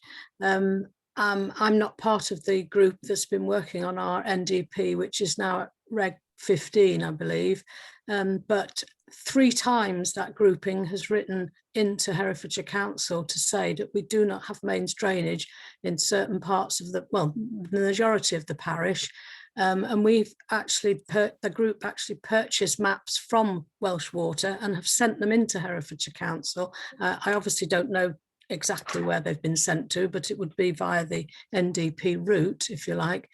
And it's really concerning that this information does seem to not be recorded. And so I'm afraid I am echoing some of the comments about accuracy of the data sets that have been used for definitions that are being levelled at all the rural communities, the majority of which I think do have serious concerns about. And it would be really helpful if we could actually be individually sent data sets to help you do your job. As you say, you cannot possibly deal with all the rural settlements and all the little fine detail, and that would be really helpful. On the comment side of it, who do we address our comments to? Because we will be wanting to make some comments about the accuracy of data. So have I missed who the parish should address that to, please? There's if you're commenting on the general policies, then it's ldf@herefordshire.gov.uk. If you want to talk about the rural settlement hierarchy and any issues with it, if you send them directly to the neighbourhood planning team email address, and we can have a look there. Carla, have we received any of those maps that Bridget's talking about? Was that sent through? When was that sent through? I don't know precisely because I'm not part of the NDP steering group, but I do know because I live with somebody who is that you have been sent things, I think, on about 3 occasions in the past. So and I think there's quite a considerable element of frustration about this. So because it does have a serious impact, especially when we are receiving planning applications all the time that are needing to have, septic tank drainage and that. So it's obviously something, there's a terrible crossover, isn't there, somewhere? We can have a look at our email inbox and see if we've got those maps. So it's been taken from data from Welsh Water and Severn Trent. Probably. So we can check that at this stage. And thank you for raising those comments. Our group, actually, the NDP group, I know, actually purchased the information from Welsh Water. If you like, to save you having to trawl through thousands of emails, probably I could ask somebody to send it into you again. I don't recall any maps. Bridget, I must. Okay, that's fair enough. I don't recall seeing any maps. But if you send that through again, we can have a look at that. Send it to you, Carla, or to Sam? Yeah, you can send it to us both. Thank you. Okay. I think that was it, really. I think that an overall comment that I would like to make, really, just quickly, is that I think you've got an impossible task, because a lot of the time I've picked up with your conversation on the market towns in general. You've got a housing allocation, so something like Ledbury of 1,000, and yet you've only got sort of 100 built. And I think that's a serious deficit, deficiency in our planning system overall nationally, that planning permissions are granted, but there's no compulsion to complete the building. So, you're always going to have, it just seems an impossible situation to me. And until that's lobbied against, how is it ever going to move forward? Thank you, Bridget. I'm sorry. Ian Goddard. Hello, yes. Now, our parish is Amestrey in the north and is not designated for anything under these plans. What I'm trying to understand is the relationship, it follows on from John Hulse's comments, the relationship between an existing NDP and the new planning period. And let me say why I'm concerned about it. Within Amestrey, under the last planning directives, we were obliged to provide sites for a certain number of houses. Now, we've done that not because we thought that this was a great place to put houses. We did it because it was the least bad option. Now, I need to understand so that I can tell my councillors what the new view will be, or will it be a new view? Is it to still, even if we are involved as an open countryside designation, are we still committed to providing that site or those sites? So when I was explaining to John, your current NDPs remain part of the adopted development plan until the local plan, this new local plan, is adopted. The material weight of those plans will begin to switch slightly once our plan, the local plan, gets to Reg 19, which is the equivalent of a Reg 16 in NDP world. So once it starts getting to the examination stage and it's been submitted, that's the stage where it will start gaining weight. Until that point, your neighbourhood plan is still the adopted document. So, and in effect, the core strategy is still the adopted document. So those lists of settlements will still be around that are in the current core strategy until we get to at least submission of the local plan. So there will be this changing period between your NDPs and the new local plan. So yes, in answer to the question, at the moment, we would still be expecting your NDPs to provide those policies and those sites. Right, I understand that until a new plan is adopted. What I'm asking is the relationship between an existing NDP and the new plan. So once the new plan's adopted, it's the latest adopted document that takes precedent. So at that point, the local plan will take precedent over any adopted neighbourhood plans. Thank you.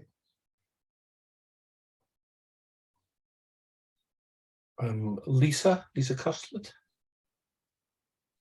Hi, good evening, everyone. I'm going to add to Bridget, Andrew and John's comments. Dawston does not have mains drainage either. We would love mains drainage, but we don't have it. So that needs to be changed. I have a couple of questions. Earlier you mentioned 46 rural conservation areas. What are these rural conservation areas? They are conservation areas which are outside of the market towns and the city. So there's 46 conservation areas within a rural village. Oh, where are they? The map on the screen shows it in general terms. Dawson's one. Okay, it'd be a test of my base knowledge to remember all 46 of them and get them right. Come on, Sam, surely you should know every single one of them off by heart. Designation around heritage assets. Yeah, so exactly. Like a black and white village like Pembridge or Edersland, or somewhere with a historic core of built environment that's special. So it's like a national designation of settlement, or not a settlement, of an area. Of an area, yeah. It's an area of high heritage value. Yeah. So does that mean that we don't have to put all the houses up that you said that we have to put up then? Well, that's part of the question. Yeah, it would be a massive change for Herefordshire if that was the decision. Yeah. So okay, thank you very much for that, Mary. I appreciate that. My other question would be, how will you allocate the shortfalls of the market towns to the rural areas? Because there seems to be potential for quite a large amount of housing that may fall by the wayside, or the possibility of building it in the market town. So how is Herefordshire Council planning on moving that to the rural areas? Because that's one of the things that you said is the possibility, also moving it to Hereford, but then Hereford has its own, Hereford itself has its own problems. Do you know how you could be doing that? But I mean, what I would say is at the moment we're not particularly planning on that. We're looking at trying to deliver broadly in terms of the option development. If that is required, then we'll need to do consideration and consultation around that at the time. So another question was, you just mentioned about once a local plan moves to the examination stage, the NDP loses weight. So as the one in Dawson is now over 5 years old, is it worth us wasting our time on re-looking at the NDP after the previous head of our parish council spent 5 years of his life more or less constantly working on this thing that we're now being told kind of it's not really worth the paper it's written on? Sorry, Sam. Well, it has helped planning applications in the years since you developed that neighbourhood plan, and it will continue to do so until local plan is moves past examination stage and is put into place. So in other words, it's not worth us re-looking at it, is it? I think anybody on the call that has a neighbourhood plan at the moment, it will be wise to see whether any of your villages are on that end list, because that will make a difference then about whether you review your neighbourhood plan or not, because potentially if you're in an open countryside area, you may decide that you don't need to review your neighbourhood plan. So which list are you talking about? Sorry to interrupt there, Sam. Well, we're consulting on different ways of highlighting settlements. So there's 1A, there's 1B, there's layering on conservation areas. There's so many ifs and ands at the moment about what that final list is going to look like that replaces RA2 in the core strategy. Until that point, we're saying to parishes who have got neighbourhood plans at the moment, they might want to sit for a little bit and think about whether they want to review their plan, because it may change. That advice we give may change depending on whether you're in a list in the new local plan or not. And at this stage, we don't know definitely which of those options are going to be chosen. It could be a combination of various ones of those options, which means that Dawston is open countryside, and in which case you would fall under open countryside policies and may feel that you don't particularly need a neighbourhood plan. You might feel you might want a design code instead, or you might just rely on the policies of the local plan and national government. Oh, thank you. Thank you very much. Kenneth God. Hello. Mine is more of a comment than a question, really, and it's really about a definition of a sustainable community. I'm not really referring to any particular community, and I know colleagues have spoken about particular problems in particular parishes, but a sustainable and I know you produce a weighted list where some things are where the availability of services and facilities are weighted. But in many cases, we are talking a sustainable community. In my view, does require a shop. There are some facilities which are essential if a community is to be sustainable, and if they're missing, having lots of other ones does not compensate for it. That's really my point. And I say this in an area coming from a parish which has a high level of tourism. We may get a few points for having cafes, but they close in the winter and they're geared up towards tourists, not the local population. So it is a point about that some services I think are more essential than others if a community is to be sustainable. Thank you. And I think what everybody should bear in mind is whatever those villages are on the list, we're looking to be more sustainable than the current list that had 214 settlements within it, some of which had very few services, weren't on any of these bus routes, didn't have any drainage, etc. So what we're looking at now is a list that is far smaller and is more sustainable than the current core strategy is. But I know, but that still does not make a sustainable community if some of the basic services like a shop is not available to people who don't want to travel to purchase basic foodstuffs and services like that. A village hall is very nice, but it doesn't actually help them with doesn't help the community with day-to-day living. Thank you. We've got a few more questions before we call it a day. Adrian. You're on mute, Adrian.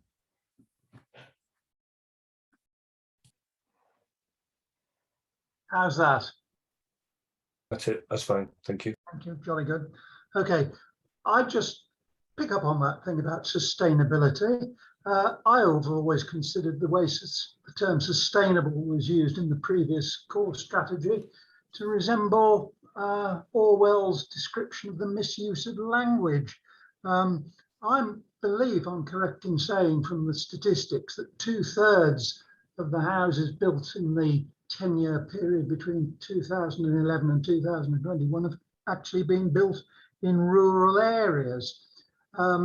And I am concerned that I'm concerned to hear from Ashburton and Sandgrove that they, like we, have sort of 2 buses a week. And I do not understand how any village with 2 buses per week can be defined as sustainable, particularly when we are now having to look at, and I've just done an analysis for my parish, we are a car dependent settlement. You can't survive without a car. Houses with 3 or 4 adults will probably have 3 or 4 cars in them. And I can't see how you can actually regard that as a satisfactory situation. So are we going to get these things put right? And I'm particularly concerned in the light of the Iceni housing market needs assessment, because this seems to me to be based on the idea that you take the history of planning applications over the last 10 years and equate that to need. And at the same time, as far as I have now been able to determine, we do not monitor in any realistic sense the housing mix in rural villages. I've made a lot of points there. I wonder whether any of them can be answered.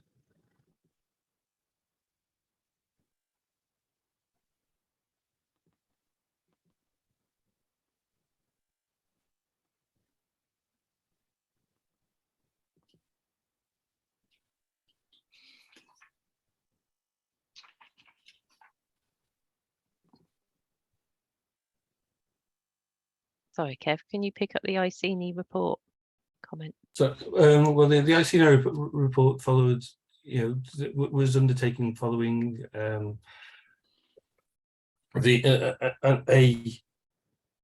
agreed approach with the council in terms of this methodology.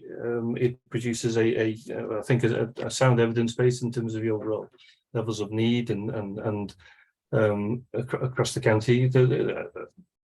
Although it was it's a different name on it in terms of the company, it was the same people that produced the previous reports that produced that particular report. So I'm not entirely sure which bit you think is not accurate in that, but well, as I read it, they were taking the history of planning applications as being a measurement of need.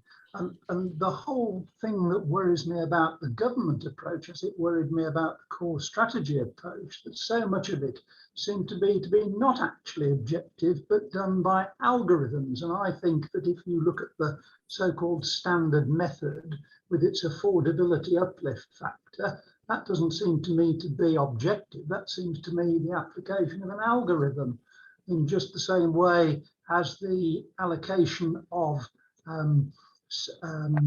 proportional development settlements was done by a number series algorithm in the core strategy. I know these are technical points, but I think they're quite important. But yeah, as I said, but nevertheless, that is the national approach, and it will be the one that the inspectors who investigate the local plan into when it comes before an examination in public will expect, unless there are exceptional circumstances, to be followed. So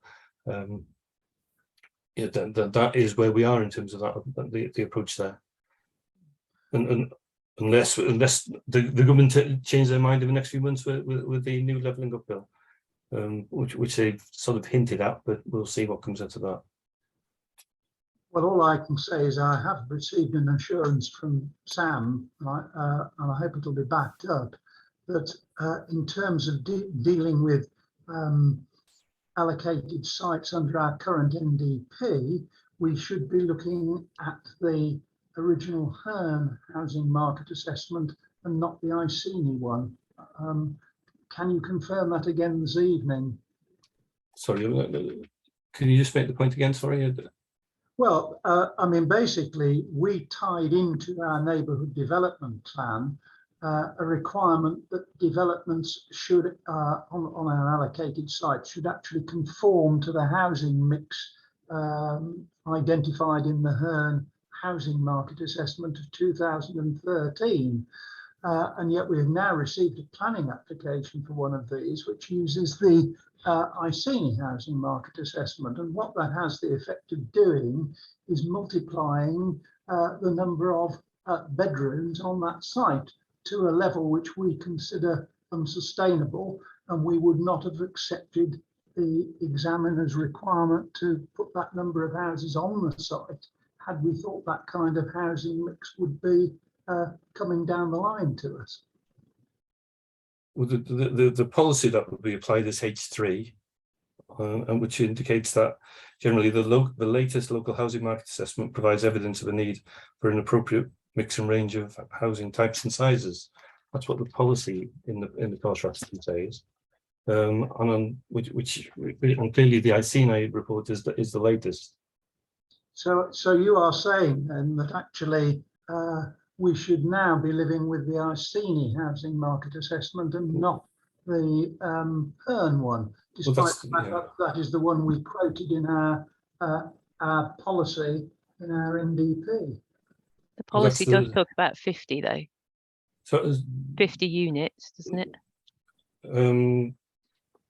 In terms of overall numbers, where we expect that effectively we expect the mix to kick in at 50. Yeah, in terms of.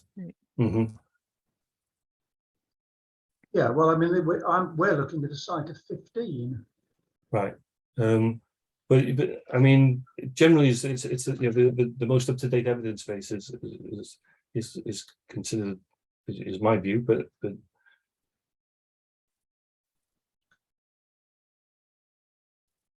Well, it seems that's an unanswered question at the moment. And I realise we're now close to 8:30. We've got a few more questions that we can take quickly. Susan Black. Thank you. I was worried, well, not worried, confused about the kind of circular argument in the priority of the new local plan over the neighbourhood development plan. If the neighbourhood development plans are meant to designate the settlement boundaries and allocate the sites and maybe some design features, then surely they're intrinsically interlinked. You know, you can't really not have a neighbourhood development plan if you're in the 1A or B settlement hierarchy, which my parish of Bishop's Room and Frooms Hill is in both. And we've got housing land allocated that's not owned by a developer and is not going to be developed in the immediate future. So I don't know how that would come into play in the current circumstance. So that was one thing. And the other thing was about, we're on the A4103. and we've got lots of road safety issues, which seem to just get battered back all the time. And I think if you're wanting under one methodology, you would want another 50 houses at the top of Frooms Hill. You know, you're really going to need some serious road calming if you want us to actually be a community, because just now we're groups of housing that are separated quite significantly by the road, to the point that some people won't even use the pavement because they're so scared of the traffic. So those are my points. Thank you. Thank you. David Teague.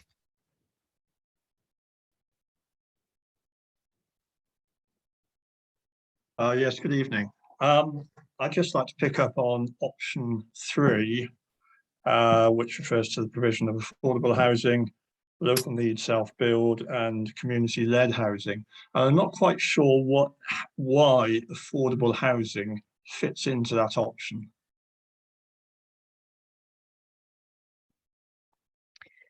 So it's just looking at a different set of settlements that potentially could provide some local needs housing. So that's local need in its widest sense of the word, which is affordable housing, as I say, self-build, custom build housing, because if we didn't have that second layer of settlements, potentially those places would be open countryside. So we're going from 214 settlements, which can currently have market housing or affordable housing, to essentially around 50. So that's a lot of areas of the county which would actually be classified as open countryside. So the second tier is looking at addressing some of those local need issues, where affordable housing is just one of a myriad of those. Sorry, just to be clear, so those settlements in option 3, are they not classified as open countryside? If we had an option 3, because we don't necessarily need to have a second layer of settlements, that's something that we're putting out as an option. But yeah, if we had that second tier, they would be classified as smaller settlements, or however we wanted to classify them, where only affordable housing, local need, custom build would be allowed. So they wouldn't be open countryside. Right. Okay, I thought you mentioned earlier on that they would be open countryside. So that's if we don't have a layer, because this when Carla was going through her presentation, option 1 is about how you choose those base settlements where you would have market housing. Everything else outside of those would be open countryside unless we layer on a second tier of settlements where affordable housing, local need housing, etc. could be provided. In that case, those settlements would become classified as those, let's call them smaller settlements for the sake of calling them something at the moment. They would then not be open countryside. Okay, and then one final question on this. Affordable housing, to make it commercially viable, there needs to be a certain level of density. So again, I don't quite see how that fits into those settlements in your option 3. Well, that is something that we would need to look at and address. Obviously, what we're trying to do as a council as a whole is increase the delivery of affordable housing. So this is one of the options that we were potentially looking at, a way of allowing affordable housing within the rural areas. But it will be something, the delivery of that, we would need to look at the detail, yes. And then when I talk about a certain level of density, I'm looking at affordable housing, which is subject to an independent planning application, as opposed to part of a larger one. Okay, thank you very much. Okay, we've got 2 more questions we'll take. Elizabeth Marieka. Mine was just a quick question which I put on the chat. How do parish council agree a response to the consultation? Where do we find the list of questions, and how can anyone who's not got access to a computer or broadband respond if they're interested in engaging in this? Because once you start those consultation questions, it's sort of, if I go through it, I then haven't got it to respond to for anyone else, have I? So the questions are on our commonplace platform. So anybody can respond to those, either a person, a parish councillor in their own right, or as a parish council. So where will I see the full list of questions then? Because I've got to go through each screen, have I? No, And there is on commonplace, there is actually a tile which says have your say, and all of the questions are on that one tile. So in the previous consultation, yes, you would have had to go through all the screens and there were questions at the bottom of each screen.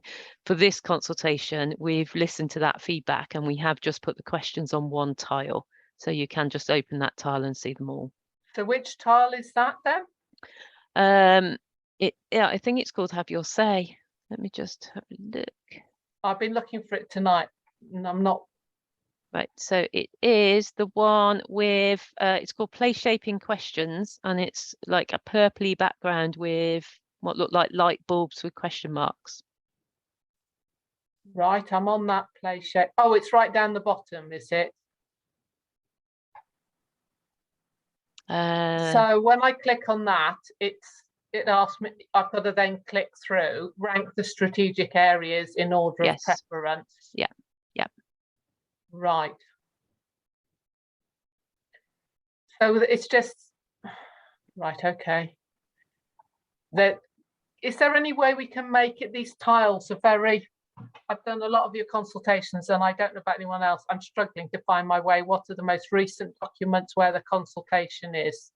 Is there any way we can make it easier for people to sort of tie it all together as one consultation area? But perhaps I'm just a bit thick.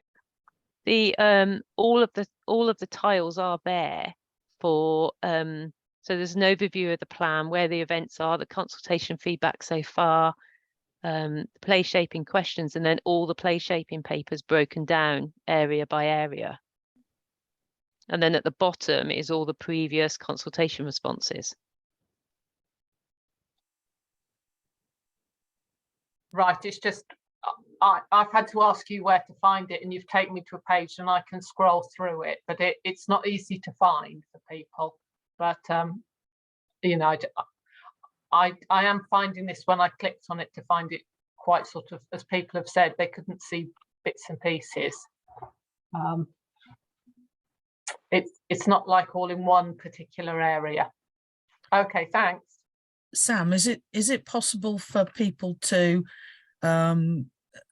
capture those questions from the tile and put them in a Word document and respond to them in a Word document and send that in to officers rather than having to do it online? We have a Word version. Susie Gilson and James Latham have Word versions which they can send out to parish councils if they would prefer to do it in Word. Obviously, we prefer to do it online because it does collate all the information for us, so it makes it a lot easier and the analysis quicker. But if people are struggling with the commonplace website, we do have a Word version of those questions. It might be helpful for parishes to have those templates in case there are local residents who are struggling, and they can pass that template to them easily for them to fill out locally, rather than everybody having to make a request into officers at Hereford. Yeah, okay.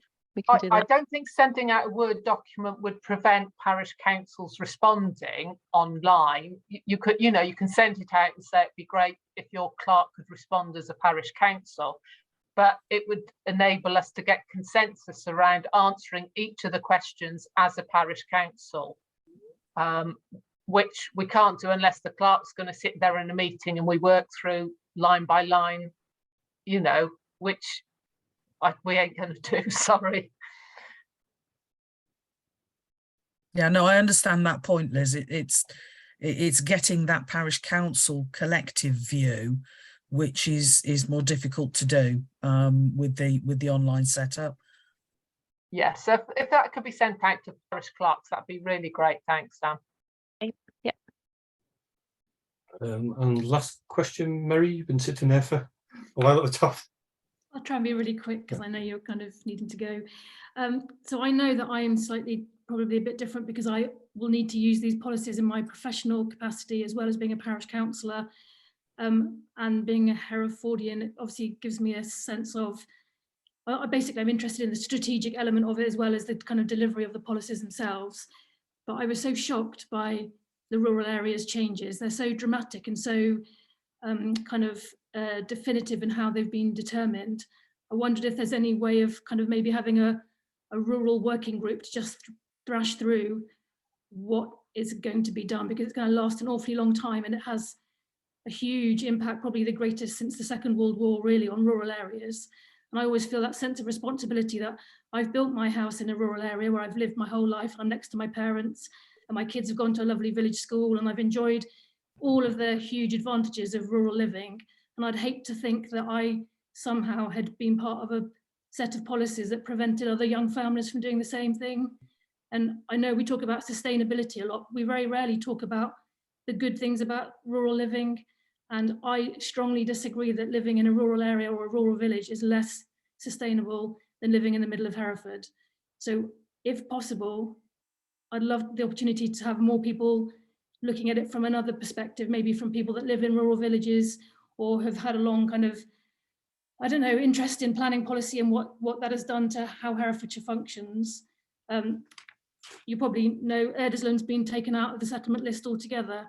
Well, that's a huge thing that I can't willingly, as a parish councillor, say I support without speaking to lots of other people, because it basically writes us off for the next generation, which I think is a huge shame when really we've got a lot to offer. We've got a shop, we've got 2 pubs, we've got a cafe, we've got workplaces. The worst thing that could happen to us is that we become a tourism theme park. And yes, we're a conservation area. We're a conservation area because of the quality of our built form. And having new houses doesn't mean you're going to compromise the built form. It could be part of the conservation area that in 100 years' time, people look back and go, you positively contributed to the built form of your conservation area. One of the tests is whether you've got a good road infrastructure. Well, one of the beauties of Erdersland is that we aren't on an A road or a B road. And so people do walk to the shop because it's safe to walk to the shop, unlike Bishop's Fream, for example, where the lady mentioned that people are nervous of the road. We don't have to be nervous of the road because the A44 is just outside the village. And even going back to mains drainage, we don't have mains drainage, so we know we can't deliver hundreds of houses, but we have good land that can take private drainage, which is less polluting than Welsh Water's main drainage infrastructure. So let's not rule out things because they don't have mains drainage, because I've spent the last 3 years campaigning for the least polluting type of drainage infrastructure, and that is private drainage.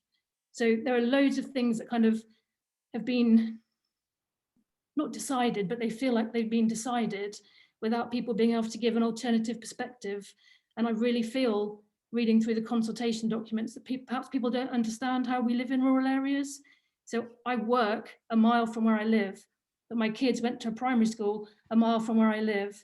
They go on the bus to secondary school. We've got an electric car. There's loads of things that rural villages do differently. That doesn't mean that we should be kind of disregarded. And going down from 200 villages to 50 villages puts an awful lot of pressure onto villages that have already given Herefordshire housing supply a significant amount of housing. So I live a mile from Pembridge, but I can't, according to the current situation, Erdersland would deliver no houses. Does Pembridge then take more because of us? Pembridge is upstream of Erdersland, so one of the reasons you've downgraded us is because of our flood risk. But then if you build upstream of us, you're actually exacerbating our flood risk. So these things, they're all interconnected. And if there's an opportunity for more discussion about the rural areas, I think people would really benefit from knowing the thinking behind it, but also be able to put forward what they think is a different perspective. I said I was going to be quick and that went on and on and on, sorry. Can I just say that thank you for saying that, Mary, because you've brought up a lot of important points, and I'd really like everybody on this call to understand that nobody's made any decisions at this stage about anything. The only thing that is set are the policies in the 2015 core strategy, and we've lived with those for the last 7 years. And a huge amount of the neighbourhood planning that's gone on in Herefordshire, and there's more neighbourhood planning that's gone on in Herefordshire than anywhere else in the country just about, is because communities were concerned about the impact that the 2015 policy framework would have on their communities. So I agree, Liz, but I would say because of Sam's team being so good at neighbourhood planning, the rural areas and neighbourhood planning are one of your success stories. So if we hadn't delivered that number of houses, Herefordshire would be even more in a pickle than we already are. So it's not to say that it wasn't a mistake, it didn't go wrong. Kind of the rural areas did what we were asked, and we had a bit of say over how we delivered it as well. So well, that's what as the cabinet member, I'm really keen that we carry on doing. I was concerned, I was in opposition at the time when the core strategy was being developed, and I was concerned that there wasn't a stronger voice for parishes and for rural communities. And we were going through the process for the first time, and people didn't understand what was being asked, and not enough was being asked, and asked early enough in the process for people to feel that the options were plastic and they actually had a genuine opportunity to shape how things came forward. Now, the options that you've been presented with this evening, they don't all fit together. You couldn't say, well, we'll have all of them, because some of them are in contradiction to one another. So anyone who's worried about seeing their village on a list or not seeing their village on a list is quite in their rights to respond to the consultation and say, you know, I don't like option one, you know, I don't think that's right. I much prefer option two and, you know, a second layer, which is option three. So 2 and 3, please, because I want really small communities still to be able to have affordable housing come forward, and to be able to build housing for older people, for example, so that they can stay living in their communities. And that's why we're asking you now. That's what we want to hear from you. And that will help to shape the policy writing that hasn't started yet. You know, in terms of tweaking the policies that aren't working, there are maybe some new policies that we need to have. And also recognizing that sustainability isn't the same for everybody everywhere. And also it will change. Our definition of sustainable living will change, just as it's changed radically over the last 7 years. It'll change again. So we need to kind of have enough flex in the policies so that you don't preclude, you know, we're supposed to be net carbon zero by 2030. The Herefordshire grid is looking like it will deliver that in excess, you know, of renewable energy demand. So we've got loads of other things that we can kind of play with that mean we don't have to be so prescriptive. I can see that on the tone of the other parishes, they might not want to have more houses, but I think we probably need like a slightly wider discussion about it. Well, I think parishes that have gone through the neighbourhood planning process and have opted to have a number of very small developments rather than a larger development put in one place have done that because that's been right for their community. But one of the consequences of that has been that no Section 106 or affordable housing comes forward with those houses, although in total they may totally justify, if they were all in one place, a very different outcome. Now, that's just one example of, you know, how you take development and how that changes what you get as a consequence of it. But it's got to be right for each community, and that's why neighbourhood planning is really important. But each community is different, and that's why we're asking what's right for you. What's right for Erdisland might not be what's right for Colwall. You know, Colwall's at the moment in the core strategy targeted with the second largest amount of growth after Credon Hill as a village in the county, and it's slap bang in the middle of the AONB. But also they've delivered a lot of houses for you already, so maybe Colwall need to kind of have a say in whether they feel they've delivered enough. However, the Colwall shop might say that the reason they are sustainable is because they have that number of people using their village shop. So everything's got a flip side. Or another good example is Luctonian Sports Facility. That wouldn't have gone on Erdisland's kind of metric of score points, but it's an incredible facility for the whole of North Herefordshire, and every child you probably come across will know of Lux and the opportunities they were given by using it. So some facilities are by nature borrowed by all of us, and that might even be that you go to the pub in I don't know, Amestree's got a really good pub, so I might go to the pub in Amestree, but it takes me 2 minutes to get there. Why is that less sustainable than me living in Hereford and being able to go and get a Wagamama's? It isn't. That's what I'm saying. So the nuances of rural life need to be better understood by the people writing the policies, if possible. Well, I think what everybody needs to cut one another a bit of slack on is that we're using the same word, but it means something different when it's in a rural setting from when it's in an urban setting and in a market town setting.